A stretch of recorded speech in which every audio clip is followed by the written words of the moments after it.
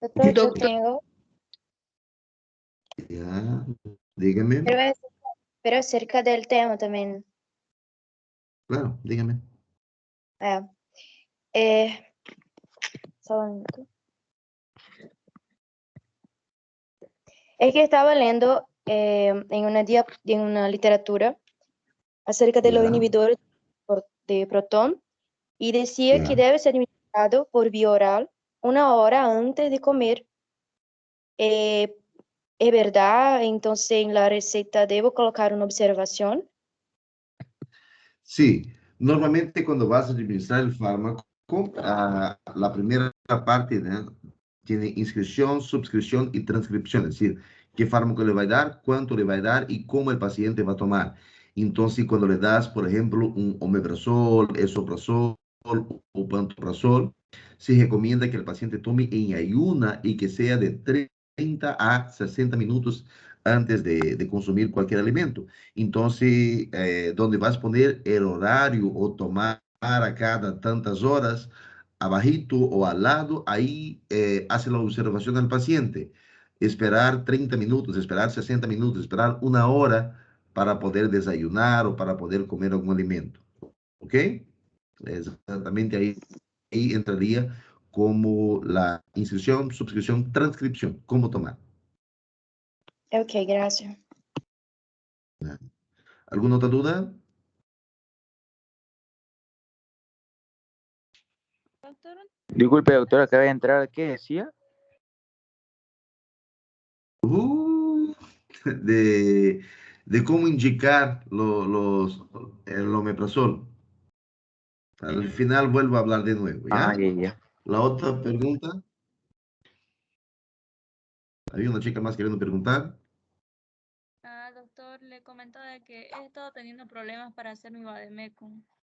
No ¿Qué encuentro en el pasó? libro de Arestil y tampoco encuentro en el libro de AUSA y se me dificulta encontrar en el vademecum que usted nos dijo la aplicación en internet igual.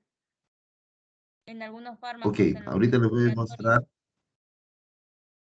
Ya. Cuando sea así, lo que vamos a hacer ustedes. A ver. Entren al Google, normal, ¿ya? Y vamos a poner, dígame cuál fármaco no pillaste.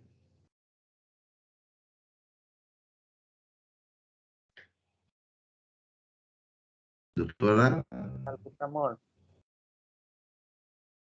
ya. Un rato ustedes ahorita me fijo, Salbutamol, no encontré. prospecto. Le pone el nombre del fármaco y ponga prospecto. ¿Ok? Cuando vas, el prospecto acá en Bolivia es lo mismo que la bula allá en Brasil. Entonces te va a buscar, mira, hay varias presentaciones que me aparecen, hay varios elementos que me aparecen. Normalmente, yo siempre voy por el Valdemeco en España, porque es uno de los más básicos, ¿no? Pero te vas a fijar siempre en los que aparecen, vaya al primero, el segundo, tercero, y vea lo que es más completo.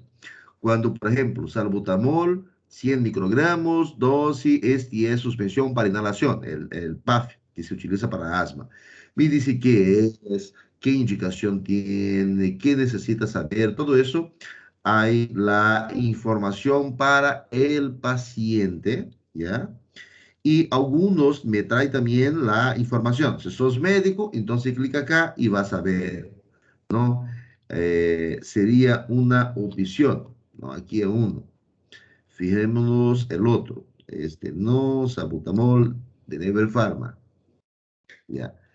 Son los más completos cuando lo encuentra así. Esos son los prospectos, o sea, las informaciones técnicas que vienen en la caja del medicamento, que viene dentro del fármaco. ¿Ya? Aquí me dice salbutamol, solución para nebulizar. Eso ya es diferente del otro, el que teníamos antes era en paz, ¿no? Para directamente por la vía respiratoria. Ese sí, le voy a poner las gotitas y nebulizar a mi paciente. Y acá me dice, mira, es dedicado para adultos y adolescentes, niños de 4 a 11 años, solución para uso de tratamiento habitual de broncoespasmo crónico, que no responde a terapia convencional. Si él no me responde al PAF normal, entonces puedo intentar con esa situación. Me dice su propiedad farmacológica, cómo se absorbe, datos de seguridad, posología, cómo administrar, ¿no?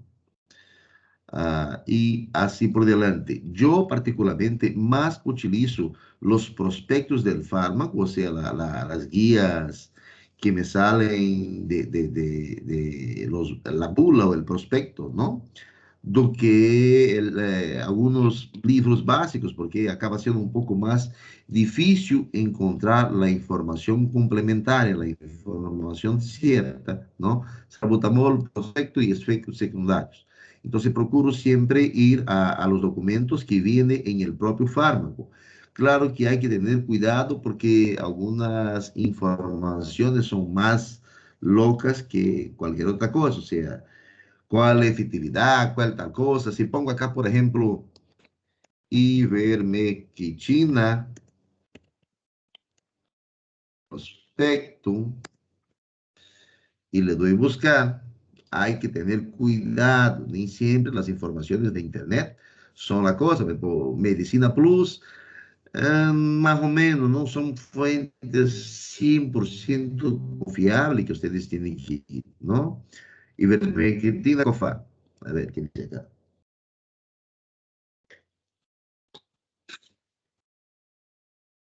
La ivermectina é um antiparasitário que está indicado para enfermedades parasitárias, me diz quais enfermedades, é um resumo, não? Te diz quanto le vai dar para cada uma das patologias, reações adversas que produz, interações, contraindicação, sobreinfecção, os nomes comerciais. Então, la verdade, doutora, hay que buscar, não? Y por ahí te pilla uno que ya me dice la ivermectina, pero de utilización para animal. Entonces hay que ver bien si me está hablando del uso en humano o el uso cosa. Normalmente cuando vea Valdemeco, son literaturas un poco más confiables, ¿está bien? Doctor, ¿y de bromuro de tiotropio? Ya. Muro de tiotropio. Prospecto. Lo mismo, mira, en polvo, con nombre comercial, con nombre genérico, bromuro de tiotropio. A ver,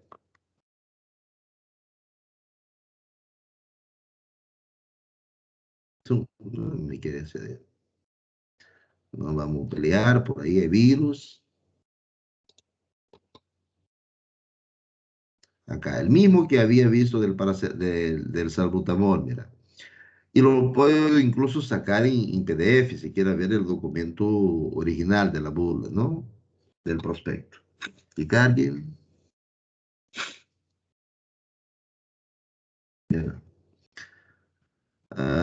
Qué contenido tiene, qué es, cómo está formado, las advertencias, en qué no usar, cómo usar y así por delante, ¿ya? Sería buscarlo nomás, doctora, pero siempre vas a buscar lo que te dice prospecto, siempre va a buscar que sea un poquito más confiable. Cuidado para no encontrar cosas que nada que ver, ¿me entiende? Información al profesional, por ahí. En la práctica que tenemos de farmacología, ¿será que nos puede de cada fármaco decir cuál es la dosis y por cuántos días se le debe dar? Es que hay muchos fármacos que se contradicen con una marca y con otra, y al final no sé cuál poner en mi vademecum. Ya, hago diferente con ustedes. Marco una práctica, en esa práctica les corrijo o les analizo sus Valdemeco, ¿ya? Pero yo decir exactamente cuál y cuánto no lo voy a hacer, porque si no lo que voy a hacer es solamente copiar el mío. Y lo que quiero justamente es que busquen informaciones. ¿Está bien? Por ejemplo, aquí está de tu bromuro, el prospecto. Información al profesional. En qué viene, cómo viene, su acción terapéutica, ¿no? Las indicaciones para asma y EPOC, cómo es su acción farmacológica, su prospecto, sí, te habla un poco sobre la vida media y el efecto, los estudios que dicen. Aquí más completo que eso, imposible, ¿no? ¿Está bien? Si usted haga la tabla, tenga en computadora o tenga en digital, o lo imprima o lo lleve, lo haga tu resumo básico, sin ningún problema les puedo ayudar. ¿Ya? O sea, analizo junto con ustedes. Pero lo que me gustaría es que hagan la tabla. ¿Está bien? Bueno, está. Como por ¿Ya? ejemplo, O que o por último, pueden hacer esto. Mira, bromuro de hipatropium, Olivia. Y vienen imágenes.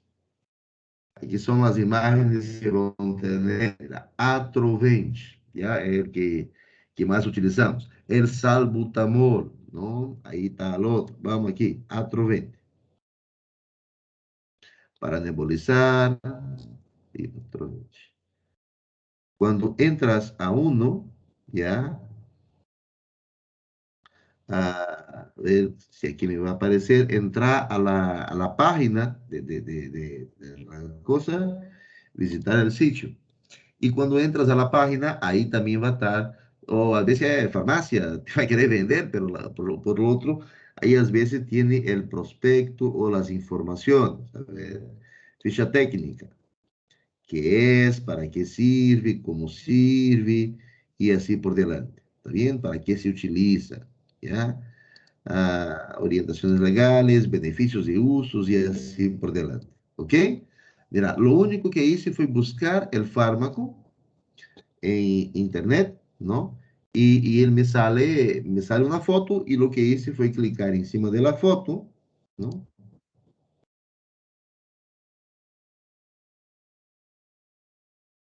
Y, bom, si la internet ayuda, voy a visitar sitio web. Y ahí cuando visito o sitio web, dependiendo de la empresa que me va a aparecer, aquí por ejemplo, que me quiere vender aceite, me quiere vender cualquier mujer, pero dependiendo de la empresa que vai a hacer, eu busco as características do medicamento e ele me mostra, se não conseguires acá, te vas a outra página e siga buscando, ¿me entiende? La idea, doctores, es que ustedes acostúmbrense con buscar los fármacos, ¿ok? Lo que estoy haciendo es darle los principales, y de esos principales tiene que hacer Atrovent, Pirotec, Salbutamol, sim, son el padre nuestro de la asma, todos los días lo utilizamos, ¿ok?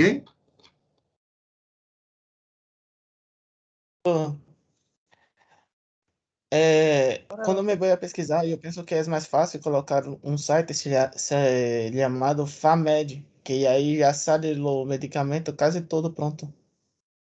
Esse, Farmedi, sim, Farmedi o Farmedical. FAMED, só isso. E aí escreva um nome de algum fármaco. E aí vai sair, já listo o medicamento. Não,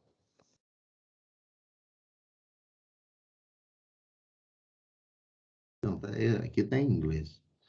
Depois de mandar link, Caleb, ajuda a tua companheira, já? já.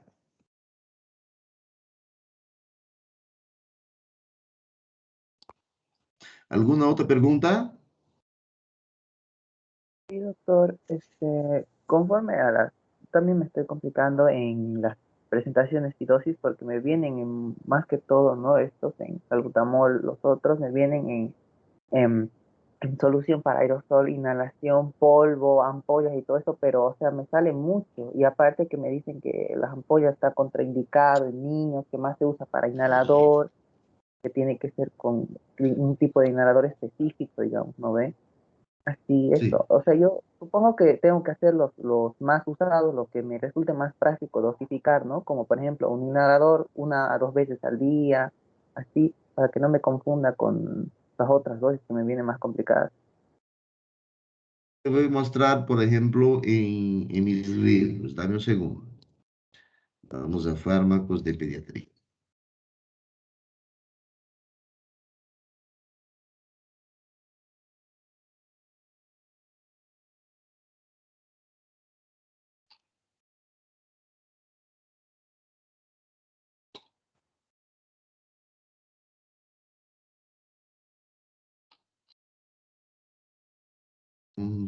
Acá, por ejemplo.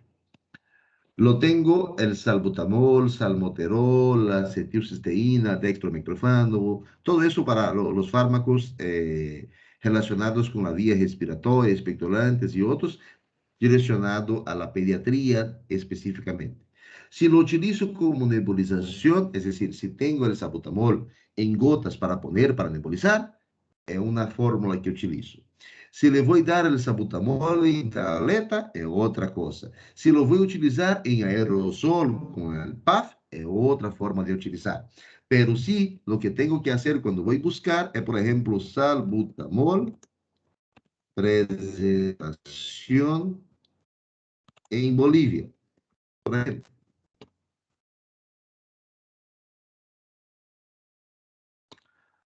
aquí me dice, salbutamol, presentación. Aquí él tiene en gotas para poder utilizar de laboratorio tal.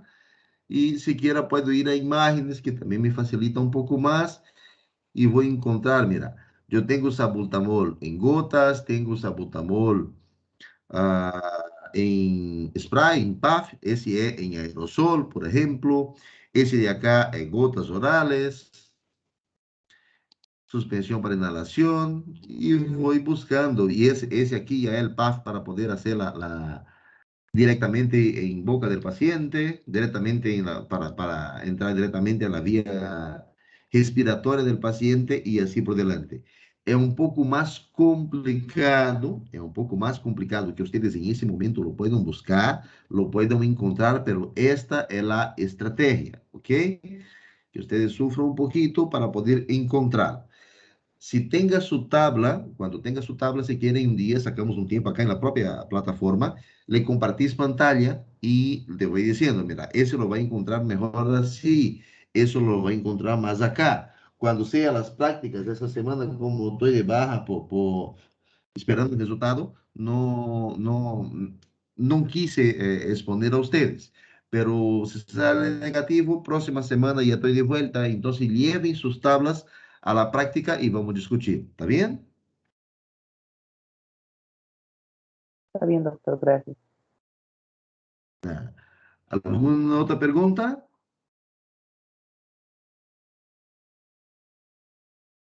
Bien, arrancamos entonces. Bien, doctores, he hablado esta semana con las clases virtuales prácticas sobre las patologías, los fármacos de la vía digestiva, ¿no? En la semana 10 les hablaba que el capítulo que tenemos que trabajar de Aristil, el capítulo 20 y el capítulo 21. Dicho esto, les comentaba que existen síntomas digestivos, síntomas que me dicen, mira, hay algún problema en la parte digestiva del paciente, y eso me incluía desde sangrado, distensión abdominal, estreñimiento, diarrea, la acidez gástrica, la incontinencia, náuseas, vômitos, dolor abdominal, disfagia, meteorismo y otros síntomas más que pueda haber. En la clase anterior les hablaba sobre los fármacos que actúan como antiulceroso y como antiácido. Los antiulcerosos, es decir, que me previenen la formación de úlceras gástricas, aquí están, que son los bloqueadores de la bomba de protón y los H2 antagonistas, ¿no? Entre los bloqueadores tenía omeprazol, pantoprazol y esomeprazol. Esos tres fármacos tienen que buscarlo. Y también de los H2 antagonistas existen otros, pero sí mínimamente ranitidina, porque es uno de los fármacos utilizados en el día a día. ¿Ok? Cada uno tiene sus desventajas y sus ventajas. Les decía que mucho cuidado con el omeprazol, no se le da esa familia a mujeres embarazadas, pero sí la ranitidina se puede utilizar. En contrapartida, les decía que la ranitidina se utilizaba en las noches y la familia del esopanto y omepra, ¿no? Eran utilizados durante el día.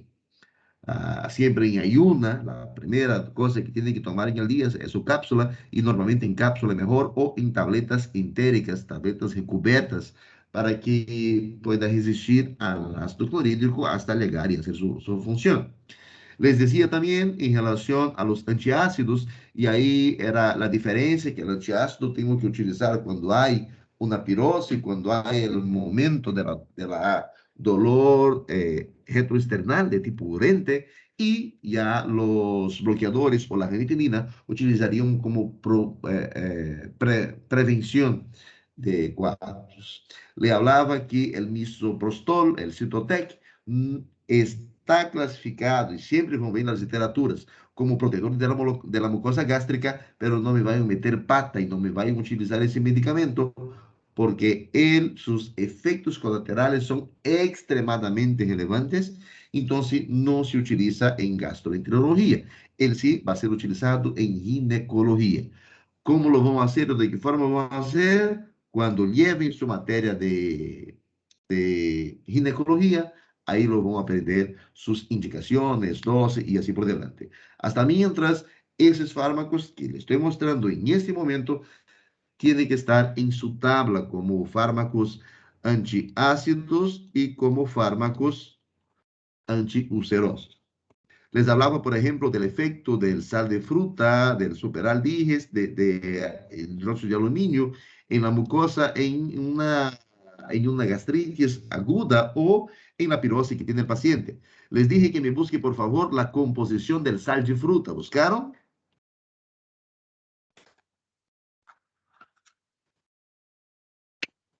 ¿Buscaron o no? Okay. Si no buscaron, no hay ningún problema. Un día lo van a querer saber. Superaldiges, le dije que busque. ¿Buscaron? Tampoco. Perfecto. Más caro sale a ustedes do que a mí. Y después me dicen, a ver, me ayuda con tal fármaco. Doutor, eu busquei, pero na classe passada, ayer. De verdade, não me Por recuerdo eso, ¿qué más. decía? ¿Qué composición tiene? Entonces, eu creio que as composições vão a ser alguma substância, alguma bases, não, doutor? No caso do No, superaldigestan, necesariamente, é um bicarbonato de sódio, não é? no necesariamente de ese fármaco. Sal disfruta. ¿Buscaste? Não, Doutor, só do superaldigestan. Ya, dígame la doutor, composición del superaldiges. o sal de fruta, eu vi alguma coisinha ontem. Doctor, Vamos primero con superal. Superal, su doctor, composición. ¿me escucha? Sí. Ah. Então, doutor, bicarbonato de sódio anídrito, ácido cítrico anidrito e excesso, pelo que eu encontrei. Ok. Do bicarbonato de Entonces, sódio, não? sí. Entonces, lo que vos me estás diciendo es que utilizar el superaldiges y utilizar el heno me da lo mismo. ¿Esto? Porque el superaldiges, si usted me está diciendo que tiene bicarbonato de sodio, carbonato de sodio y ácido cítrico, me tiene el mismo efecto, ¿cierto? Pero pode ser que se alterem O lá. sea, tiene el mismo Não, componente. a composição. La composición es igual, ¿no ve? Eso es lo que me está diciendo. Sí, creio que também as quantidades também. 2,3, Ok. 0,5, Entonces, ¿qué les quiero 2,2. decir? En relación a esto es importante lo que les voy a decir. Por eso les dije que busque. En ese caso, yo voy a utilizar mi preferencia terapéutica, ¿ya? De acuerdo al precio o de acuerdo a la patente o de acuerdo a la fórmula que quiero utilizar. Porque si le puedo dar un superaldiges o si le puedo dar un heno, solamente cambia el nombre comercial y la empresa que le produce. Quizá los productos que están involucrados, o sea, los expedientes, lo que aparte del principio activo, eso también va a cambiar de una empresa a otra. Hay unas que traen de España, otros traen de Paraguay, otras le producen aquí y así por delante. Entonces, superaldiges y heno, según lo que me dice su compañero, tienen la misma composición. Perfecto. Ahora vamos al sal disfruta. ¿Qué había buscado, qué había visto, doctora? Yo busqué también, doctor, Doutor, la sal de fruta. tiene ¿Qué decía? bicarbonato de sódio, carbonato de sódio, también tiene el ácido cítrico y creo que lo que muda es el aroma, porque hay de limón, hay de guaraná, laranja. Ok, perfecto. Entonces, haciendo una comparación con los tres fármacos, su componente y su principio de acción son lo mismo, ¿cierto? ¿O qué más vio algo diferente? Yo también vi, doctor, que hay hidrógeno carbonato de sodio. Esto fue lo que más vi diferente de los otros dos. Ya. Hay uno que se llama Domper Digest.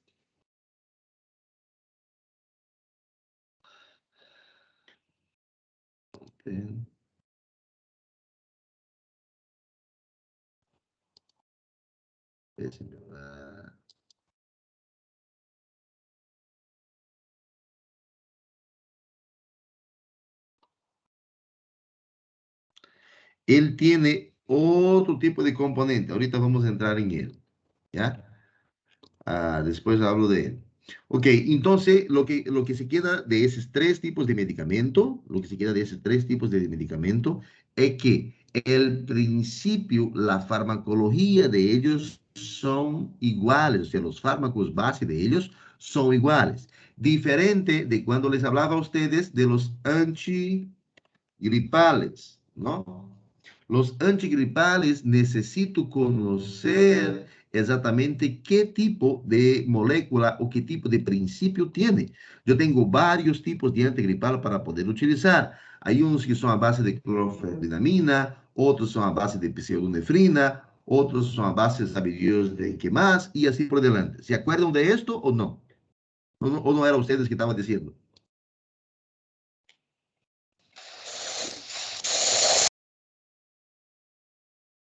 En la práctica era, ¿no? Por ejemplo, aquí una serie de antigripales, fíjense. Fernadol, no sé qué, esos creo que son todos de otro país, no son de Bolivia, ¿ya? Pero, por ejemplo, ese tipo de medicamento, él tiene el paracetamol, el otro tiene ácido salicílico, el otro, todos son a base de paracetamol o ácido salicílico. En relación a componente que tenga, seguramente tiene un medicamento para tos. Sería ahí, por ejemplo, la clonidina, no, ahorita me fue el nombre. Tos seca, aparte del dextromicrofano.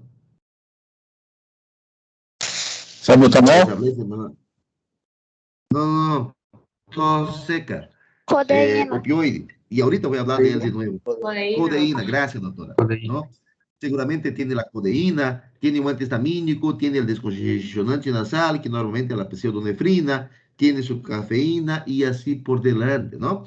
Entonces, diferente de los AINE, diferente de los antigripales, cuando estudiamos ahora los sal de fruta, sal de fruta, mejor diciendo, antiácidos, cuando estudiamos los antiácidos, las marcas, las presentaciones farmacéuticas que él tiene de los efervescentes, por ejemplo, decíamos de ese grupo que habíamos visto y todos tienen su misma composición. A veces lo que cambia es el sabor del fármaco o uno o otro elemento.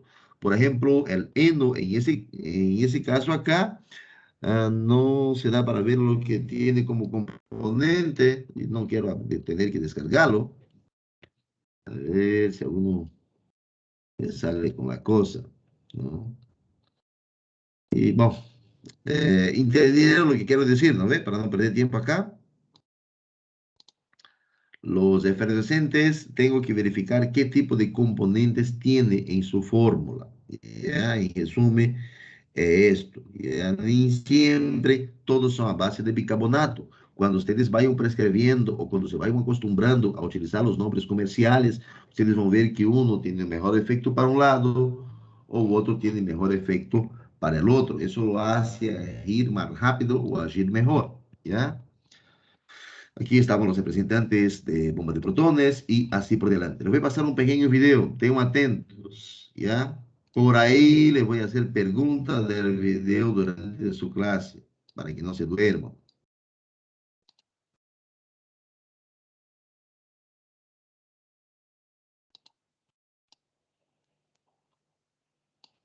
Hola, ¿qué tal? Mi nombre es Manuel Arrelucea y en este video vamos a hablar acerca de la síntesis de ácido clorhídrico.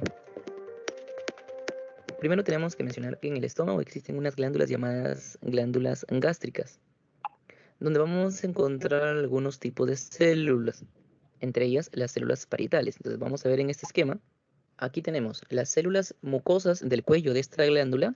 Aquí vamos a encontrar una célula parietal que presenta una membrana apical y una membrana vasolateral. Hacia la membrana apical vamos a encontrar unas entraditas. Esos vendrían a ser los canalículos. Acá tenemos entonces la luz del canalículo, que es el espacio donde se va a formar el ácido clorhídrico. Para el otro lado tenemos al líquido intersticial, donde encontramos un vaso sanguíneo. Entonces aquí tenemos el esquema del espacio donde se va a producir el ácido clorhídrico. En este espacio que estoy remarcando es donde se va a desarrollar la explicación que voy a realizar.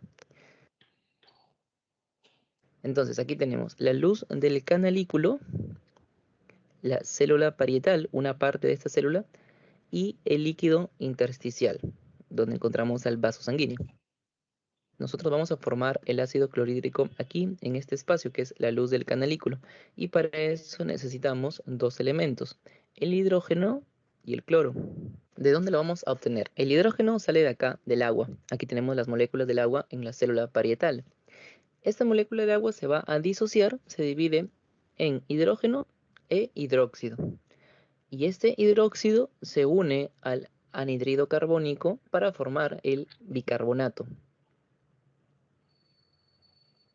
Además, el agua también se va a unir al CO2 y esta reacción es catalizada por la enzima llamada anidrasa carbónica.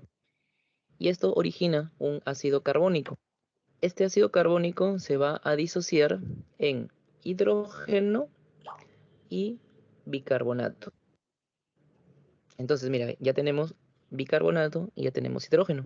El hidrógeno tiene que salir, entonces, ¿recuerdas que se iba a formar en dónde? En la luz canalicular, ¿no? Para que pueda salir necesita de una bomba que tenga que expulsarlo, porque así nomás por él mismo no puede salir. Esta bomba se llama bomba de protones. Entonces viene el hidrógeno por acá, ya listos para que sean expulsados por esta bomba. ¿Y esta bomba con quién funciona? Funciona con el potasio. ¿Y qué realiza? Realiza un intercambio entre hidrógeno y potasio. Y mira, el hidrógeno es expulsado y el potasio es introducido a través de esta bomba de protones. Entonces ya tenemos aquí el hidrógeno listo para formar el ácido clorhídrico.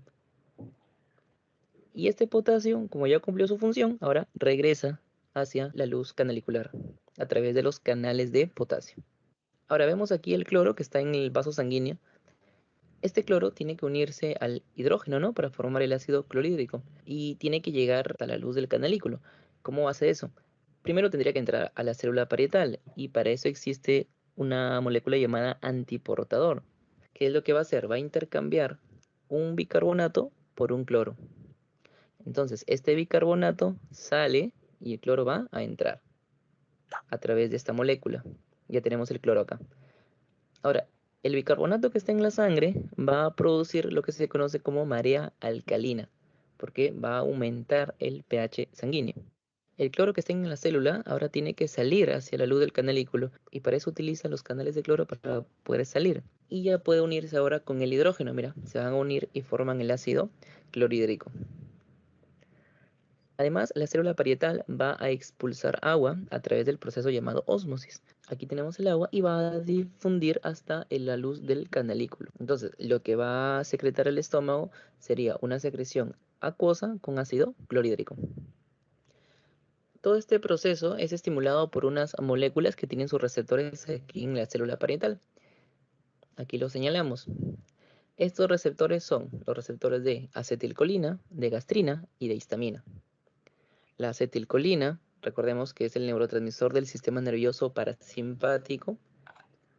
La gastrina es una hormona producida por las células G del mismo estómago. Y la histamina es producida por los mastocitos. Estos tres van a estimular la secreción de ácido clorhídrico. Recordemos que la gastrina realiza una estimulación endocrina porque llega a través de la sangre a esta célula. Y la histamina realiza una estimulación paracrina porque es producida por células que están cerca de la célula parietales. Y recuerda también que la histamina participa aquí con sus receptores H2, a diferencia de los receptores H1 que se encargan de la alergia. Bueno, esa fue la explicación de la síntesis de ácido clorhídrico. Espero que te haya... Esto, por si acaso, jóvenes, es bioquímica, es su tercer semestre. Es Fisiología 1 y Fisiología 2. Hay un otro video más corto de 2 minutos, creo que la señora explica mucho más básico. Ese video le voy a subir, ¿ya? Para que le facilite un poco más el entendimiento, pero lo que le voy a cobrar en el examen es este primer video que les pasé acá, ¿ok? Eso para reforzar. Lo que les decía en relación al omeprazol, pantoprazol y esomeprazol, es que ellos me actúan directamente acá, en la bomba de protones. Ya eles son bloqueadores de la bomba de protones. Eso significa que no hay esa salida desde la célula parietal del hidrógeno para formar el ácido clorhídrico. Está bloqueado la bomba. Por otro lado, cuando utilizo la ranitidina, ¿no? Ella es bloqueadora de los receptores H2. Entonces, ella es un poco menos efectivo do que el omeprazol, pantoprazol y esomeprazol, teniendo en consideración que só me bloquea parte del proceso de la formación del ácido clorhídrico. No me bloquea la estimulación de la acetilcolina, tampoco de la gastrina. A diferencia de los antiácidos, lo que ellos hacen es ese proceso de conjugación y quiebra de molécula que usted ve acá en la célula parietal, él lo hace el mismo proceso, pero aquí en la parte del ácido clorhídrico, cuando ya está en la luz estomacal. ¿Entendieron esto? ¿Recordaron? De su tercer semestre.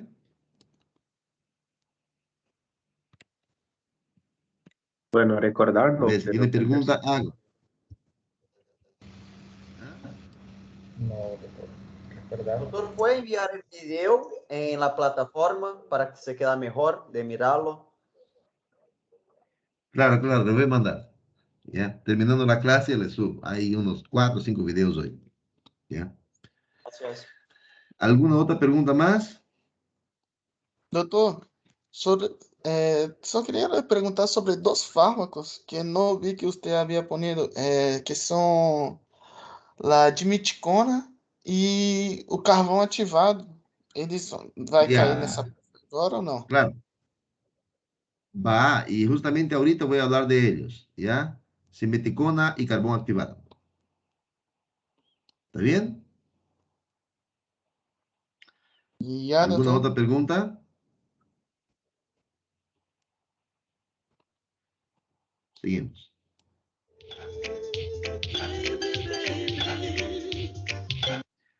Tome mucha atención en ese video, ¿ya?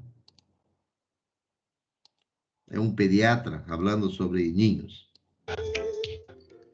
Hicimos un video consejo especial acerca de los cólicos del lactante y vimos que el cólico es un dolor abdominal, que no se debe utilizar el nombre cólico para dolores de otra categoría. Actualmente todos los médicos de urgencia dicen que un bebito que llora tiene cólico, para decir que no se sabe qué es. Bueno, el cólico es un dolor abdominal de comienzo agudo y finalización aguda. Muchas veces está provocado por circulación de gases, a veces está provocado por un intestino yendo más rápido para sacarse de encima una constipación, a veces un bebito que toma demasiado seguido y tiene el intestino moviéndose muy rápido, eso también puede provocar cólicos. Entonces, una de las medicaciones más utilizadas para los cólicos es la simeticona.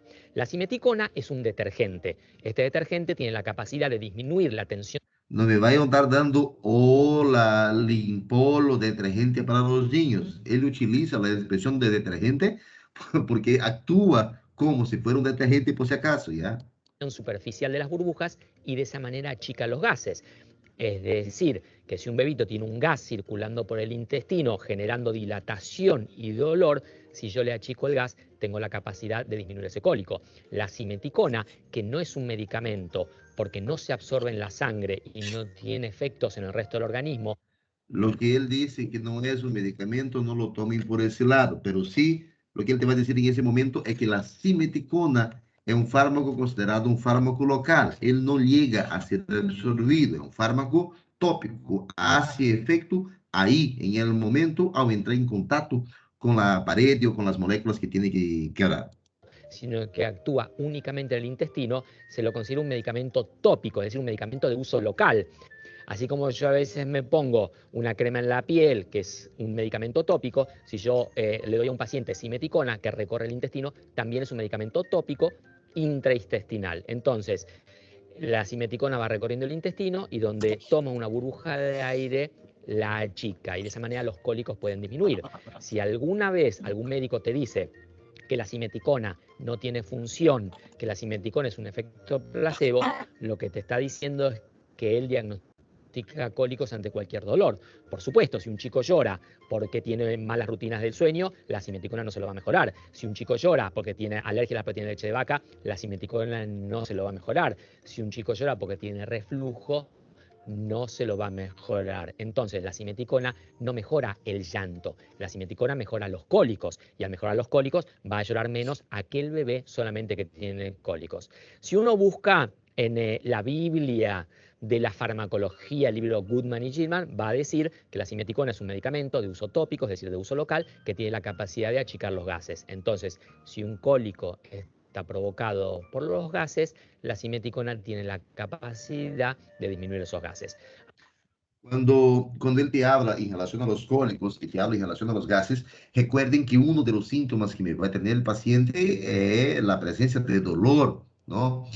Ese dolor puede ser por un aumento de la motilidad intestinal o por cólicos bruscos que va a tener, pero también puede ser por exceso de gases. El exceso de gases me produce una distensión abdominal, me produce un mayor también meteorismo y eso me va a generar el dolor de tipo cólico, en especial a los bebitos. Cuando estoy comiendo y hablando simultáneamente, existe la aerofagia, o acabo deglutindo aire, y esse aire, essas borbulhas de aire, também me vão afetar. Quando tenho a presença de muitos gases abdominais e tenho flatulências, e eu tomo a simeticona, também me ajuda a degradar, a deshacer, a romper esses gases. Quando falamos sobre os sintomas digestivos, existem dois sintomas muito importantes. Um que é solucionado por la simeticona e outro que é solucionado por la pancreatina. Aí vem algo importante, porque nem sempre você vai encontrar solamente a simeticona ou solamente a pancreatina. Normalmente estão associados esses dois medicamentos com outros fármacos. Há solamente simeticona e há solamente pancreatina. Há o fármaco solito como apresentação, mas normalmente se utiliza associado. A pancreatina vai actuar estimulando a secreção das enzimas do pâncreas, as enzimas que são responsáveis por ajudar a neutralizar e degradar algunos alimentos, o sea, ella mejora la digestión del paciente. En cambio, la simeticona, ella ya no actúa en relación a los alimentos, pero sí a la parte de los gases intestinales. Diminui la flatulencia y otros efectos. Ella actúa dejando la digestión más lenta y cuando deja la digestión más lenta, significa que los metabolismos, como los gases, serán en menor cantidad, ¿ok? Yo, por ejemplo, acá les puse un ejemplo de un fármaco específico de pancreatina con simeticona, pero existen varios fármacos, como les decía hace minuto, del Domper, ¿no? Que es un fármaco que tiene en su composición, esto por si acaso, jóvenes, son nombres comerciales, ¿ya? Él tiene en su composición domperidona, simeticona y pancreatina. For house, vamos buscar qué es la domperidona y para qué sirve. Aquí le estoy dando un fármaco que le va a mejorar la digestión, le va a cortar la presencia de flatulencias y qué más será que va a hacer, ¿no? Si pongo simeticona para buscar, también me puede aparecer la simeticona solito, ¿ya? Solamente ella, ou me pode aparecer combinada com outros fármacos de utilização. Quando vou utilizar solamente a simeticona? Quando há excesso de flatulência, ¿ya? Aí, déjame ver acá. Normalmente la simeticona le compramos y le utilizamos en formato de tabletas masticables, ¿ya? Pero también hay en cápsula, en gotas y hay otras presentaciones farmacológicas. Simeticona más, a ver, antiácido, ¿no? Y ahí por delante. ¿Ok? ¿Entendieron esto? Sí, En relación a los niños, por ejemplo, Sí. en relación a los niños, le traigo acá una emoción oral. Recuerden que él te decía en el video que ese fármaco no se absorbe, significa que él va a entrar en contacto con los gases, con las moléculas de gas y va a hacer su efecto. Aquí tengo la simeticona en una presentación Infacolic, que es específico para los bebés, ¿ya? Sin azúcar, sin alcohol, porque imaginar darle alcohol a los bebés, Doutor no Bruno, va a salir muy bien la cosa. Diga, simeticona é doctor. Luftal em Diga, Brasil, doctor. não? Luftal em Brasil, não? ¿Ah? La Vamos ver. simeticona em Brasil é Luftal. Vamos ver. No Brasil tem simeticona também. Eu compro como simeticona, ela tem em gel no Brasil. Sí, por eso, mira. Luftal, simeticona. ¿Ya? Estómago pesado, estufamiento y desconforto. ¿Ya? Hay en gotas, en cápsula, en gel, hay varios tipos de presentación. ¿Ok? Y vamos a buscar porque a veces tiene compuesto, está ella junto con otro fármaco, ¿no? Ella junto con otro mecanismo. Geralmente recibe un nombre más especial. Pancreatina macimeticona, ¿no? Igual está, por ejemplo, el Domperdigest, ¿no? Y otros medicamentos más que son combinados, ¿ya? Doutor, uma pergunta. Quando Sí, me doctor. vai saber se o paciente tem algum tipo de constipação ou então ele está com gases? Tem tipo algum exame que diferencia os dois? Porque os dois causam cólica, tipo, Ya. dor tipo cólico abdominal. Oi. Ok, cuando usted tenga un paciente que te va a referir que tiene pesadez, ¿no? Estomacal, que siente que está lleno, usted le va a hacer, por ejemplo, la percusión. Y cuando hace la percusión va a tener timpanismo, hipertimpánico, lo que no debería ser hipertimpánico. O al estar cerca con el paciente, hay casos que usted consigue escuchar como si tuviera las tripas, como dicen, moviéndose, ¿cierto? ¿Alguna vez escuchaste Sim, esa sim, expresión? sim, doutor. Esto, son gases, ¿ya? Entonces lo que hace es darle la pancreatina con simeticona o solamente la tableta masticable de simeticona. Eso le va a ayudar a disminuir los gases. O paciente que está con flatulencia, igual con exceso, pues no va a exagerar por cualquier cosa. Paciente que está con flatulencia, igual le da la simeticona y lo que va a hacer es cortar, disminuir la presencia de los flatos. ¿Está bien? Doutor, graças. ¿Alguna otra pregunta? Ok, hay dos fármacos que vamos a hablar en este momento que son como si fuera de la misma familia, pero son analizados de forma diferente, principalmente por Aristide. Aristide le clasifica de una forma un poco especial. Y ahí tenemos la metoclopramida y tenemos el ondansetron. Los dos medicamentos me actúan cortando la náusea y cortando el vómito. Cada uno tiene su característica especial o tiene su necesidad o su forma diferente para utilizar. A ver, sigo transmitiendo, ¿no? Sí. La metoclopramida es un potente inhibidor de la dopamina, ¿ya? Ella actúa en los receptores dopaminérgicos, tanto centrales quanto periféricos. En relación a los dopaminérgicos periféricos, ahí viene el plexo mientérico, y es facilingüe el nombre, ¿no? Él justamente está en la parte entérica del paciente. Cuando le doy la metoclopramida al paciente y ella inhibe la dopamina, los receptores de dopamina, en este caso, lo que ella hace es facilitar la acción colinérgica en la parte proximal del tubo digestivo.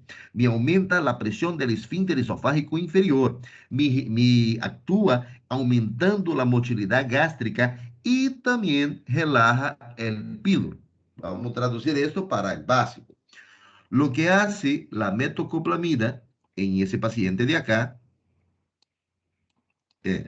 Primera cosa, él me aumenta la presión en el esfínter esofágico inferior, es decir, me va a presionar más para que no haya reflujo y lo que hay aquí pueda pasar al estómago. Mayormente me presiona para que no haya reflujo, para que no vuelva. Ella también me actúa permitiendo con que la acción, o sea, el efecto de contracción y el triturado que hace el estómago, que pueda aumentar. Eso me facilita un poco más la degradación de los alimentos. Como ella me bloqueia acá, me aumenta la motilidad, eso me va a aumentar la presión a nivel gástrico. Pero también me actúa liberando, relajando el esfínter píloro, ¿no? La relajación del píloro. Todo esto combinadamente me facilitan el vaciamiento gástrico. Entonces, si usted tenga un paciente con náuseas, con deseo de vomitar, significa que tiene tiene un estómago lleno por cualquier sustancia y ese esfínter no está bien contraído o la fuerza, la presión acá es mayor al sentido de hacerlo volver a vomitar. Cuando le doy una metoclopramida o cuando le doy un antiemético, él me bloquea acá, me aumenta la contracción aquí y me relaja acá. Entonces permite que haya un vaciamiento gástrico y esto me manda para tu duodeno y para el intestino de forma general. Ya el ondansetron, ele sí es considerado un antiemético, porque ele me actúa directamente en el bloqueando los receptores de serotonina. Ahorita déjame anotar el nombre del receptor para que no se pierdan después, ¿ya? Lo que él me bloquea, el receptor 5 trazo HT3. Esses são os receptores de serotonina e que me vão estimular o desejo de vomitar, lo que vão estimular a náusea. Então, quando eu utilizo um ondansetron, eu utilizo para prevenir e tratar náuseas, vômitos e vértigo. Por esse motivo, como eu utilizo para prevenir, también se lo utiliza en pacientes prequirúrgicos o pacientes que van a entrar a un procedimiento quirúrgico o pacientes postquirúrgicos que necesitan dejarlo su motilidad intestinal en stand-by por determinado tiempo. La metoclopramida y el ondansetron son los dos grandes representantes de esta familia, pero existe un otro representante más, por si acaso. Hay un tercero fármaco que ustedes van a encontrar si me hacen caso a lo que le dije hace poco tiempo. ¿Ok? ¿Alguna pregunta sobre los antieméticos? Doutor, eu tenho uma. Por exemplo, então, se o metoclopramida, que é o Plasil no Brasil, não é um antiemético, então, se da classe antiemética, Sim. ele age como um efeito colateral, secundário, como um antiemético. No caso. Exatamente. Quando você utiliza a metoclopramida, a família, ele pertence a um outro grupo de família, já? Ele atua bloqueando a dopamina, os receptores de dopamina, dopaminérgicos. Pero ele me serve para vômito. Ele foi desenhado e foi feito para evitar o vômito do paciente. Só que esse efeito de ele, em geral, ou seja, o paciente não vomita porque não tem nada aí adentro, porque o que hace é favorecer al vaciamiento gástrico. A eso se justifica por qué al ministrar la metoclopramida al paciente necesito pasar mínimo 1 hora sin tomar nada. Si usted tenga náuseas o tenga vómitos y me toma la metoclopramida y a la media hora, 10 minutos intenta comer algo, intenta alimentarse de algo, te va a cortar el efecto, o sea, no va a funcionar. Y eso no va a funcionar porque simplesmente lo llenaste de nuevo el estómago que querías vaciar, ¿me entiende? Sim, doutor. Sim, a ondansetrona também, os médicos anestesistas gostam muito, não? Porque finalidade anestesia, já. Exatamente. Le utilizamos el ondansetron más junto con los medicamentos preanestésicos, justamente porque él me previene, aparte de que me corta el vómito, también me previene que el paciente vaya a estar vomitando, ¿ok? Durante la cirugía o que se broncoaspire y así por delante. ¿Está bien? Gracias, doutor, gracias. ¿Alguna otra pregunta?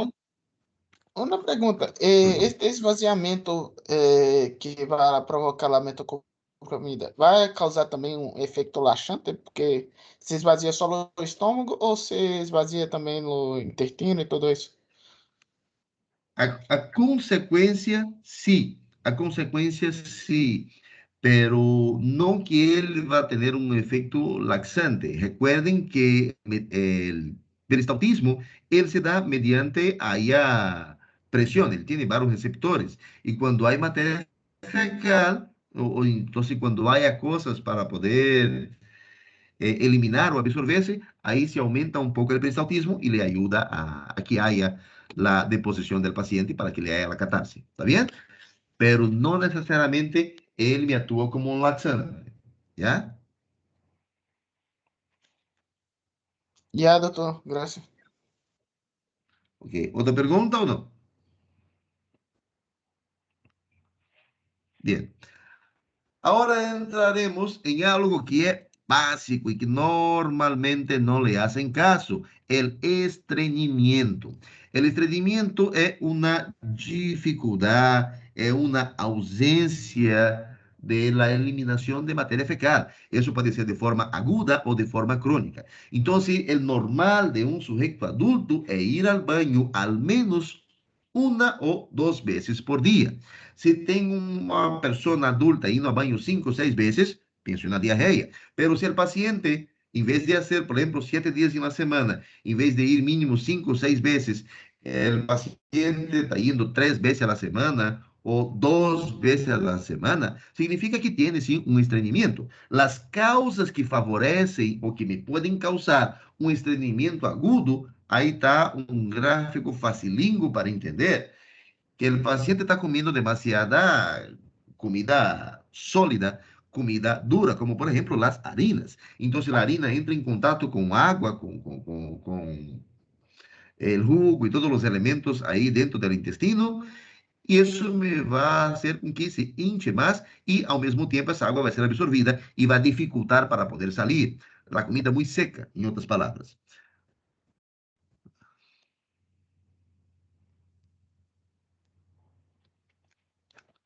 En relación a la vida sedimentaria, que el paciente no realiza actividad física. Si vos no realizas actividad física, tu intestino va siendo un poco más perezoso.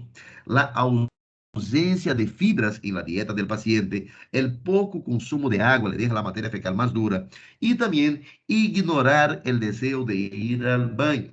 A veces las personas a edades jóvenes dicen, no, yo me controlo o me voy al baño cuando quiero y intenta resistir o no quiere hacer baño en determinado lugar, está viajando y pasa 2, 3 días sin ir al baño por estar trancando, con otras palabras, eso me vaya haciendo que los receptores, los varoreceptores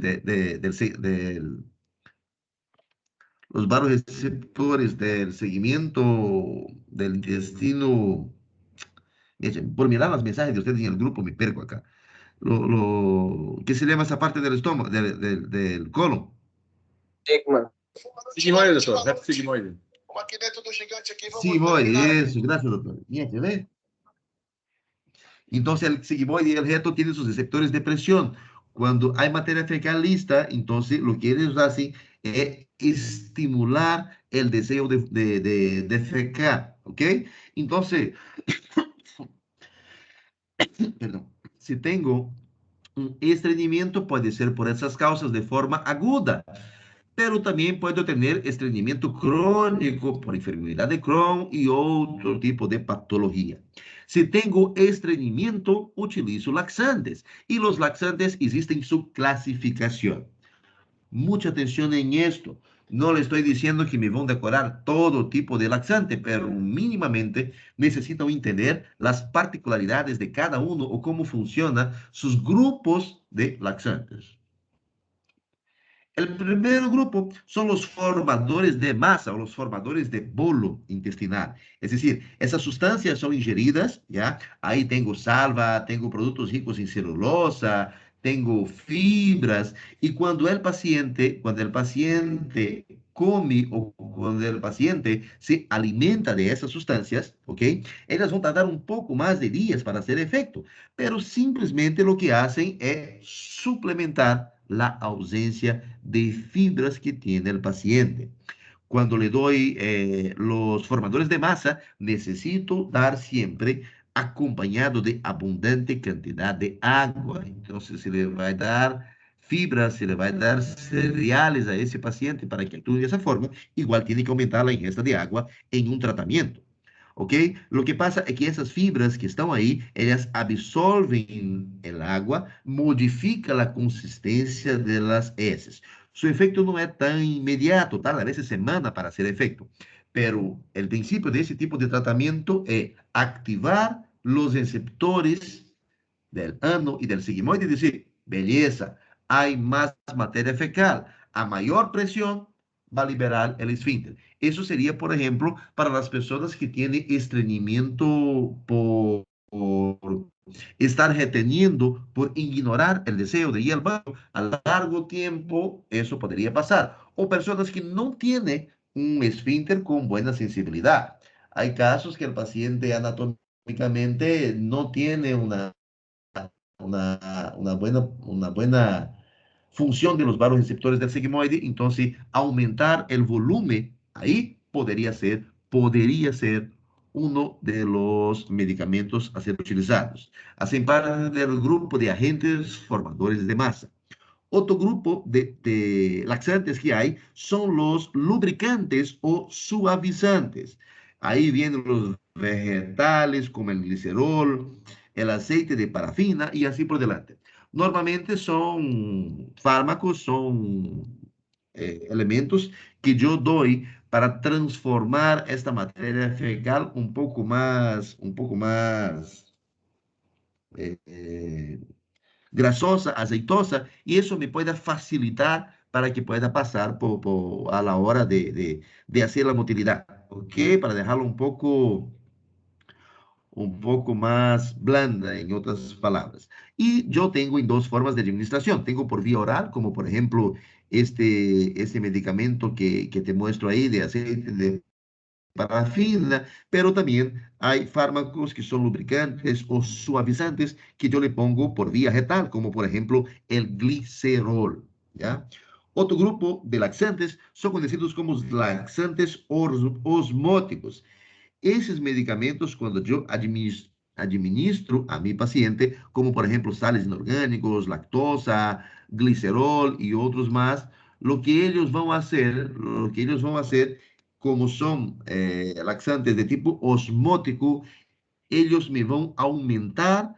¿Se acuerdan que había, a ver si me sale ese video por la parte de ese dibujo que les estaba mostrando? Por ejemplo, olvídense que aquí el tubo gástrico, ¿ya? Olvídense que eso es el estómago. Fíjense que ahí estamos hablando directamente en el recto del paciente. Cuando le pongo un laxante de tipo osmótico, lo que él va a hacer es, por osmolaridad, por aumento de la osmolaridad, me va a sugar toda esa agua que estaría acá en la célula parietal, que a su vez suga del intersticio, que a su vez suga del vaso sanguíneo. Esto me aumenta la liquidez de la materia fecal. Cuando el paciente tiene estreñimiento crónico o el paciente no consigue ir porque la masa pétrea, las heces están muy duras, sería una alternativa. Se me trabó de nuevo.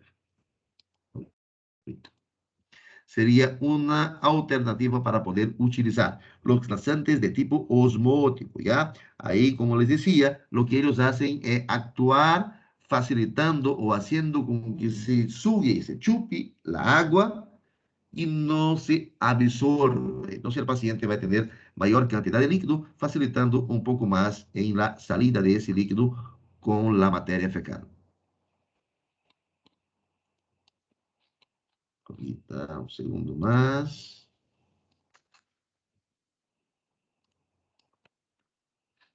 Otro tipo de fármaco son los estimulantes, los que estimulan a la evacuación. Y ahí existen formas de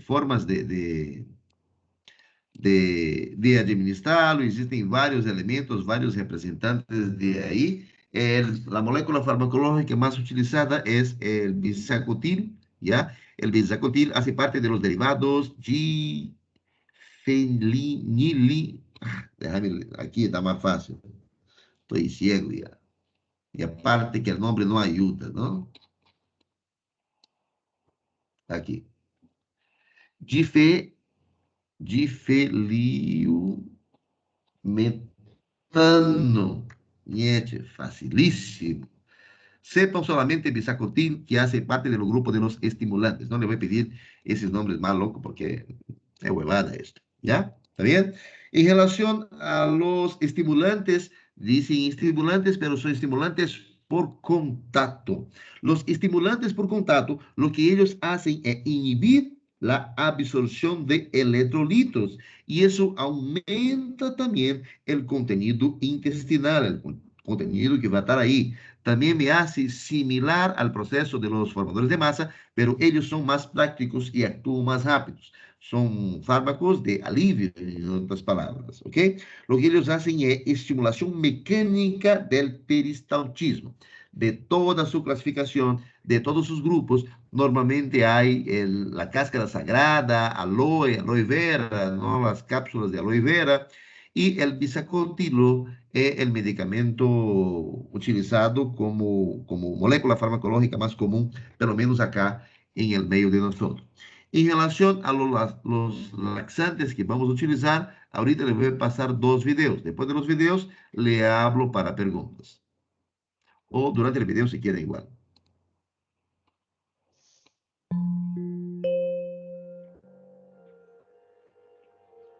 Si la persona a tu cuidado tiene problemas para defecar, es posible que necesite Escucho ayuda audio, ¿no? adicional con medicamentos como supositorios o enemas. Sí, Y es sí, posible que doctor. necesite tu...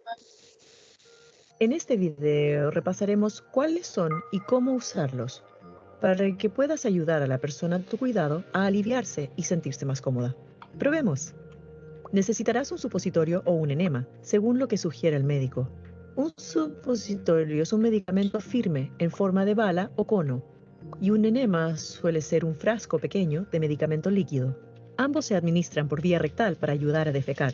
También necesitarás un apósito absorbente desechable, un poco de lubricante gelatinoso a base de agua y algunos guantes desechables para ti. Será bueno reunir los suministros que necesitarás para ayudarla a limpiarse después de defecar, como un recipiente con agua y paños, o algunas toallitas húmedas y un poco de desinfectante para manos. Ya sea que estés administrando un supositorio o un enema, lávate las manos y comienza con la persona a tu cuidado acostada en la cama. Quítale la ropa de la mitad inferior, pero manténla lo más cubierta posible con una sábana. Ahora, ayúdala a girar hacia su lado izquierdo. Esto ayuda a que el medicamento pase al recto más fácilmente. Luego muévele la rodilla hacia arriba, de modo que esté doblada para facilitar la visión. Coloca el apósito absorbente desechable debajo de la cadera y las nalgas para que, si se derramara algo, la cama esté protegida. Ponte los guantes y cubre la punta del enema o todo el supositorio con una cantidad generosa de lubricante. Puedes colocarlo en el costado del apósito desechable si lo necesitas en algún momento. Ojo, ese apósito Usa la mano estéril, no dominante para separar las nalgas de la persona a tu cuidado. Si notas algo anormal o algún sangrado, comunícate con el médico antes de administrar el supositorio o enema. Él te hace esa referencia en relación al sangrado o grietas o casos que podría tener, porque lo que estás haciendo es estimular, ¿no? Que haya la defecación. El paciente con estreñimiento crónico o dependiendo del tiempo, por la fuerza, por el pujo y tenesmo que tiene, eso me puede producir o aumentar y favorecer el surgimiento de hemorroides. Y las hemorroides, cuando vas a pasar por la masa pétrea dura, puede ser que se rompa, que se rasgue y empiece sangrados. Una vez que pueda ver el ano, haz que respire profundo para ayudarla a relajar los músculos. Cuando exhale, puedes insertar el supositorio o la punta del enema en el recto. Si estás usando un supositorio, empuja el supositorio dentro del recto y usa el dedo para empujarlo lo más profundo que puedas, cómodamente, y luego empújalo hacia un lado. Retira lentamente el dedo. Para el enema, una vez que se inserte la punta, aprieta el frasco para iniciar el flujo del líquido. Enrolle la botella desde la parte inferior para asegurarte de que todo el líquido ingrese. Y retira lentamente la botella y deséchala. Ahora puedes quitarte los guantes y lavarte las manos. Si puede caminar o pararse, ayúdala a ir al baño o ayúdala a usar un inodoro portátil. Los supositorios generalmente demoran unos 30 minutos en hacer efecto y los enemas pueden solo demorar 5 minutos. Si no puede pararse, ayúdala a sentarse en una chata. Una vez que haya defecado, ayúdala a lavarse y vestirse nuevamente. Darle a alguien un supositorio o enema no es difícil, pero puede ser incómodo. Para ver nuestro video sobre cómo hacer que tareas como estas. Es importante, doctores, y les recomiendo que le hagan un poco de caso y de atención, porque eso es mucho más frecuente en la vida profesional de lo que ustedes imaginan, principalmente cuando van a hacer su rotación de medicina interna. Cuando tengo la formación, cuando tengo el estreñimiento y si el paciente ya pasa 3, 4 días sin ir al baño, sin hacer deposiciones, tengo que actuar, ¿no? Mediante los laxantes que le voy a dar o por último le doy el bisacotilo que tiene en presentación de tableta, pero también principalmente viene en presentación de supositorio para poder introducir en el recto del paciente, ¿ok? Hay que tener cuidado y se van a fijar si le están dando en comprimido o si le están dando supositorio. Los supositorios normalmente son de glicerina, eso me ayuda un poco más a facilitar la salida, ¿no? Aquí está la justificación de cada uno de ellos. Por ejemplo, el bisacotilo me actúa como un estimulante, ¿ok? Y la glicerina, ella me va a actuar por un otro mecanismo, de una otra forma, también para ayudar la evacuación. Una cosa es utilizar un supositorio, utilizar un enema y utilizar un laxante. Ya existen momentos para utilizar cada uno. Este es un video de Núcleos y él nos habla sobre un estudio que yo realizo para ver el tránsito intestinal del paciente. Se llama enema de Barrio. Un examen de enema de Barrio o una serie gastrointestinal inferior es un procedimiento de rayos X para visualizar la anatomía interior del intestino grueso o colon y recto. El tracto digestivo consta de la boca, el esófago, el estómago, el intestino delgado, el colon y el recto. Los alimentos atraviesan el tracto digestivo en ese orden. Las funciones principales del colon son que el cuerpo absorba agua, convertir material de desecho líquido en material de desecho sólido conocido como heces y almacenar heces hasta que se acumulen lo suficiente para pasar por el ano mediante la defecación. En el colon se pueden desarrollar condiciones anormales como cáncer de colon, pólipos, malformaciones de la pared del colon llamadas divertículos, úlceras o áreas estrechas conocidas como estenosis. Si tiene sangrado sin explicación, dolor abdominal o cambio en sus hábitos intestinales, su médico puede recomendarle que se realice un examen de enema de Barrio. Antes del procedimiento, se le pedirá que se recueste sobre una mesa para rayos X. Se le introducirá cuidadosamente un tubo lubricado en el recto. Se adjuntará al tubo una bolsa con bario y se dejará que el bario fluya hacia el colon. Cuando haya pasado suficiente bario al colon, se le pedirá que trate cuidadosamente de no expulsar nada de bario mientras se toman las radiografías. Es posible que se infle un pequeñísimo globo adjunto al tubo que contiene el bario para impedir que el bario se derrame durante el examen. Mientras se toman las imágenes de rayos X, se le pedirá que gire de un lado a otro o que se ponga de pie. Esto permitirá que el bario fluya a diferentes áreas para poder obtener imágenes de rayos X de todo el colon. Luego de muchas tomas de imágenes de rayos X, se le dará una cuña o se lo llevará a un baño y se le pedirá que expulse la mayor cantidad posible de bario. Después de que haya expulsado del colon la mayor parte del bario, se pueden realizar algunas radiografías más, ya que la pequeña cantidad de bario restante ilumina claramente el contorno del colon. Después del enema de bario, En ese caso, el procedimiento que ustedes ven no es necesariamente para realizar la evacuación o para realizar efectos laxantes en el paciente. Lo que sí lo utilizo para verificar cómo está ese tránsito intestinal del paciente. El bario me actúa también como una molécula que me va a reducir, que me va a servir como fines de diagnóstico. Entonces, el edema de bario no es un laxante, es una molécula que yo utilizo para poder utilizar como fines diagnósticos. Acá no es necesariamente el edema de bario que va a usar, lo que está usando acá la licenciada es un edema evacuante y lo que ella hace es posicionar al paciente, ese va a ser un edema que le va a introducir todo el contenido similar a lo que le decía el bario, le introduce en el recto del paciente, lo deja gotear por completo, pasa todo el contenido que estaba allá al ano del paciente y pasados los 10, 15, 20 minutos, el paciente va a evacuar.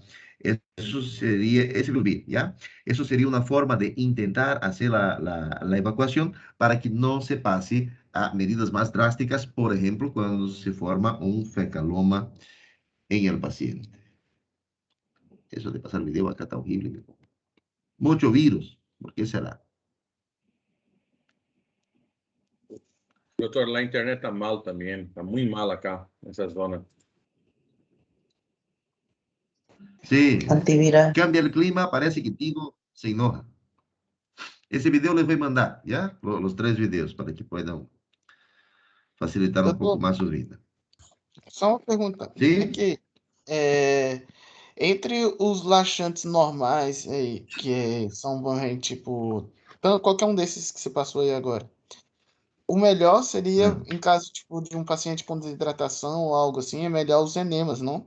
Porque aí não tem no meu entendimento não haveria muita perca de água, porque já está mandando o medicamento já com água já suficiente para fazer para hidratar a matéria fecal, se estiver desidratada, e aumentar o Sí, en la tamanho. verdad sí. Sí, en la verdad sí. Lo que tienes que hacer es evitar deshidratar más todavía ese paciente. Pero por otro lado, lo que puede hacer es darle un bonus. O sea, en cuanto le está haciendo su edema, le haga tomar agua, porque tiene que aumentar la ingesta de agua de ese paciente. ¿Ok? Él no está yendo al baño por varios motivos, pero si tiene asociado la deshidratación, o por vía oral o por vía parenteral, meterle solución a ese paciente. Hágalo tomar agua. ¿Ya? Outra pergunta, nenhum destes medicamentos vai causar contrações intestinais para que passe mais rápido, ou só aumentando o bolo fecal já causa isso, esta estimulação para que empurre a matéria fecal? Por Porque ejemplo, los estimulantes porque quando los estimulantes te va a hacer. É porque quando é mais sênior, costuma ser que as contrações intestinais se tornam mais débeis. E aí, por isso que é uma causa Sí. dele. Sí, exactamente. Entonces, si tiene eso, por ejemplo, le da los estimulantes, ¿no? Y él también me va a actuar en esa línea, ¿ya? O cuando le da los que son a base de presión, ¿no? Los formadores de masa y así por delante, ellos te aumentan la masa intestinal. Y como te aumentan la masa intestinal, te facilitan igual la evacuación, ¿ya? Já, doutor, graças. Ok, ¿alguna otra pregunta? Doutor, tem alguma diferença entre este fluido enema que se hace que se põe uma sonda, de lo outro que só se introduz o líquido? Que eu já vi um que se põe uma sonda e fica gota a gota, e o outro que se põe só o líquido de uma sola vez. Claro. Por ejemplo, ya he visto, incluso con Coca-Cola, casos que se usó para intentar romper un fecaloma. Cuando yo tengo el tránsito intestinal estreñido, ¿no? Ahí sí le voy a usar un fármaco que lo que voy a hacer es intentar humidificar esta materia fecal que está por ahí. Pero cuando ya me formó una masa pétrea, cuando tiene el fecaloma, que yo al hacer el tacto siento que hay algo duro, algo que no va a pasar de ninguna forma, Ahí normalmente le utilizo los enemas como usó ese con la sonda, ¿no? Para poder pasar productos a base de jabón y así por delante. ¿Me entiende? Eso va a depender de la clínica como tal el paciente. Si tiene espacio para meter o no, o si la masa necesita estar con una solución que va a ayudar a emulsificar y romper ese cálculo o no. Esa masa, ¿no? Masa Petri, ¿ya? Doctor, ¿se puede formar após fecalitos, formar un fecaloma y solamente ser cirúrgico para retirada? Sí, si usted intenta con los laxantes, no te vas. Si intenta con los enemas, no te vas. Si te pasa el enema evacuante, no te vas. El próximo que tiene que hacer es intentar romperse con el dedo. No literalmente le mete 2 dedos ahí adentro y tiene que intentar golpear esa masa hasta romperse. Si no consigue romper, lamentablemente es procedimiento quirúrgico nomás. Se le mete al paciente al quirófano y chao. ¿Ok? Ya, doctor, muy bien, gracias. ¿Ya? Por eso es importante, chicos, no estén trancándose. Vayan a comer fibras, coman papaya, tengan una dieta más balanceada, ¿ya? Eso es importante. En relación a los antidiarreicos, en otras palabras, la enfermedad diarreica aguda, quiero darle 2 definiciones importantes que no competen a mi asignatura, pero sí le va a hacer mucha falta. Una de ellas es la diarrea. La otra es la disentería. Cuando hablo disentería, significa que tiene sangre en la materia fecal. Y cuando hablo diarrea, es el aumento del número de posiciones o el cambio de la consistencia de la materia fecal. Existen varios mecanismos, existen diarrea de tipo osmótica, secretora, toxigénica y así por delante. No sé si ya llevaron el tema de diarrea en fisiopatología o en Doutor, fisiopato en algún momento. Llevaron, ¿no? sim, doutor, ambas podem ser crônicas ou agudas? Sí, acaban siendo, ¿no? La diarrea, ella sí es menor a 14 días, nosotros normalmente le decimos como aguda, pero puede ser que haya, por ejemplo, por la enfermedad de Crohn, yo puedo tener, o síndrome del colon irritable, puedo tener diarreas de forma crónica. Y cuando hablo de disentería, significa que hay una lesión, hay un procedimiento y hay un proceso que ha rompido algún vaso o ha destruido parte de la pared y eso también se puede tornar o también se puede actuar en procesos crónicos, ¿ya? Cuando tengo la diarrea o cuando tengo la disentería, igual tengo el vómito. El vómito. Hay que entender que esto es un mecanismo de liberación. ¿Hasta qué hora es su clase? ¿18:40? Sí, Sí, doctor. doctor. Sí, doctor. Ya. Ya, solo voy a terminar el tema de diarrea. Necesito algo de 10 minutos más porque ya no quiero mandar eso para la próxima semana. Si tengan que salir, no hay ningún problema. Pueden salir los que necesitan y la clase está grabada. ¿Está bien? Lo vamos a ver ese final. Entonces, cuando tengo un paciente con diarrea o con disentería, existen sus mecanismos que van a causar y así por delante. Antes, quiero mostrarles ese medicamento, Terracolin. El Terracolin, si usted le ve acá, me dice antidiarreico por vía oral. Sin embargo, el Terracolin actúa como un antidiarreico, pero él hace parte de la familia de los antibióticos, ¿ok? Él tiene el efecto cortando la diarrea, pero no es un antidiarreico, como dice acá. O sea, tiene su efecto, algunas empresas lo venden como antidiarreico, pero él hace parte de otra familia, por si acaso, es un antibiótico. Cuando voy a utilizar o cuando tengo un paciente con diarrea, existen fármacos que son considerados inhibidores de la motilidad intestinal. Y cuando hay los inhibidores de la motilidad intestinal, tengo 2 representantes. Tengo la loperamida y tengo el fármaco que utilizo también para cortar la tos, sin ser el dextromectorfano, que es la codeína, ¿ya? Entonces, la codeína también actúa cortando la diarrea, ¿ok? Sin embargo, no les voy a preguntar o no me van a decir nada sobre codeína como antidiarreico. El antidiarreico que inhibe la motilidad intestinal que ustedes van a manejar es la loperamida, que es el más utilizado, el más básico de todos.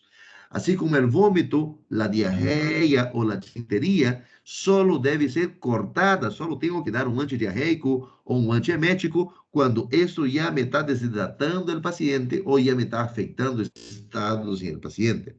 No se olviden que el vómito y la diarrea es un mecanismo de defensa del paciente o del organismo para expulsar algo, para mandar algo hacia afuera.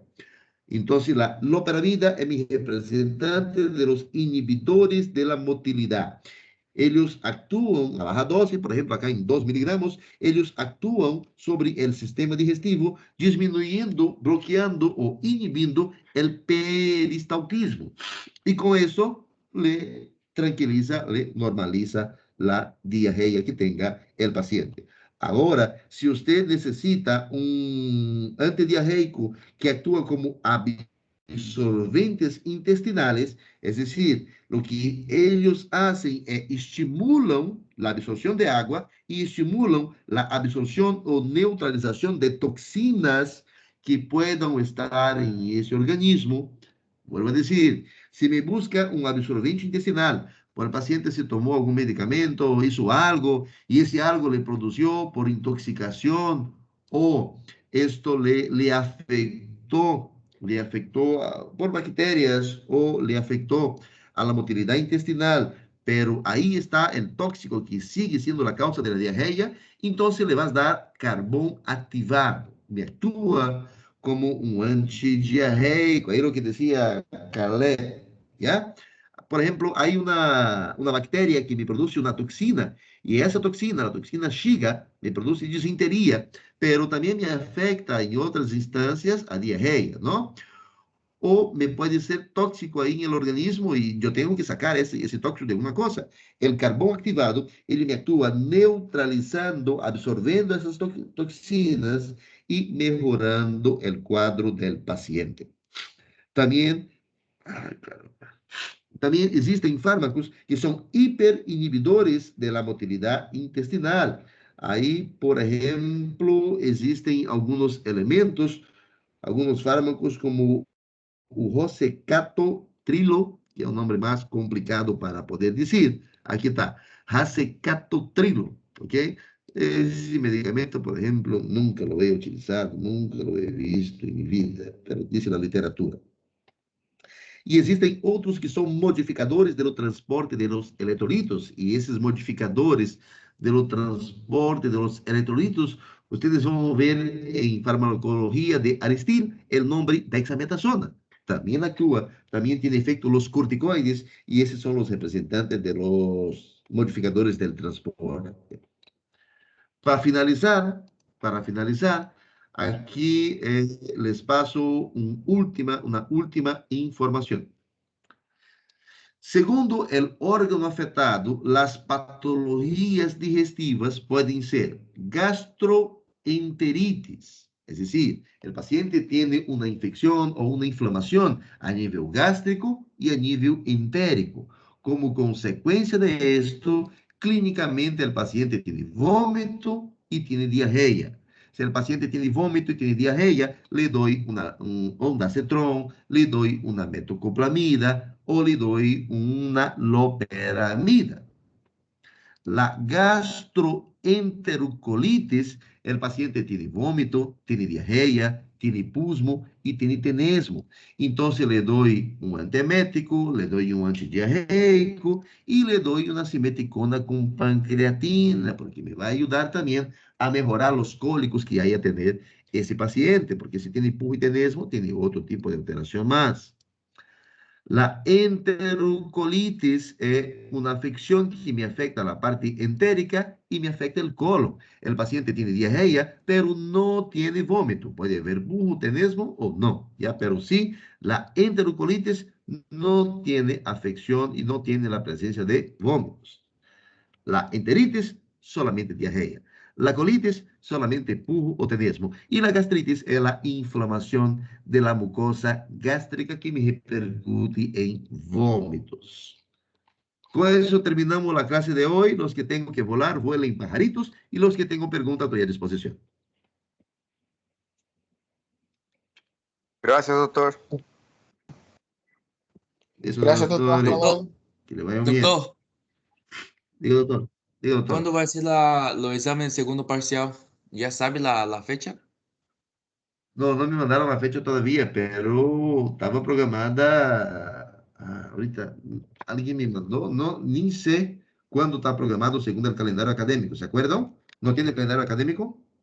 Aquí miré, dice que sería 25 en hall de examen. Por ahí más o menos va a ser. Por ahí más o menos va a ser. De los fármacos, déjame mostrarles acá, de los temas que vamos a avanzar todavía en el segundo parcial. No vayan a estar mirando las copias ni los reclamos. De segundo parcial, antitoxígeno, mucolítico, expectorante. Ahí solo me falta entrar con los fármacos del asma. Del digestivo lo avanzamos hoy. Próxima semana vamos a avanzar corticoides e hipoglicemiantes. Y posiblemente esto de acá me queda para el examen final, o sea, para darle en la época del final. Pero conmigo necesitarán saber todo, ese todo su temario de farmacología 2, ¿ya? Entonces me falta solamente el tema que vamos a avanzar semana anterior, y si es 25, si es más por adelante, ahí vamos a trabajar netamente tratamiento y práctica con los pacientes para poder reforzarles a ustedes y hacer su librito, ¿ya? Su guía. ¿Está bien? Ya, doctor. Gracias. ¿Ya? Para Doctor, facilitarle la disculpe, vida, por si acaso, ¿tomo para que no se lista o chipe. descargo la lista? No, ahorita voy a descargar. En su segundo parcial, para facilitar la vida, me entra todo eso, excepto acá, tuberculosis no. Todo eso son los fármacos que van a necesitar en su tabla para su segundo parcial, ¿ya? Lo que está en amarillo. Eso avancé durante todo un parcial y eso le estoy avanzando ahora en su segundo parcial, ¿ok? ¿No tuberculosis? Tuberculosis no. Doctor, una pregunta. Claro. Doctor, digamos que un paciente tenga gastritis por Helicobacter, ¿no? Primero yo tengo que atender, entonces Ya. en mi tengo que atender primero, o sea, con el antibiótico y luego los síntomas, o primero los síntomas y luego atiendo con antibióticos. Eso. Ay, un segundo, doctor. Si tenga... Bien. Si tengo un paciente con H. pylori, normalmente le damos una tableta que es combinada. Viene el omeprazol o pantoprazol, claritromicina y amoxicilina. Entonces le da, caramba. Entonces le da a ese paciente el medicamento combinado, la tabletita única, y le va a cortar todos los efectos negativos que esté provocando el H. pylori, ¿ya? Igual es obvio que a ese paciente le va a decir que cambie su dieta, cambie su alimentación, no pase estrés, porque todo eso me afecta a la parte digestiva, ¿está bien? ¿Cómo se llama esa tableta? Bien. Le voy a mandar, le mando en el grupo, ¿ya? Ya se Ya, puede doctor, salir de gracias. evento. Sí, sí, sí. Ya, gracias. Hasta luego. Bueno. Chao, chao. Chao, chao, doctores.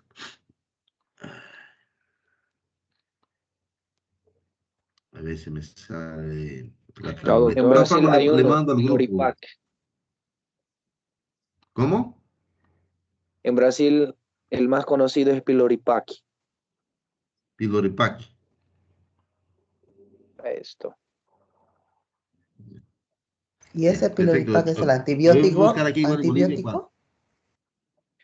El No, vienen los tres antibiótico juntos. y Vienen. el inhibidor de la bomba de protones. Es la asociación, la combinación, amoxicilina, claritromicina y lansoprazol. ¿Eh?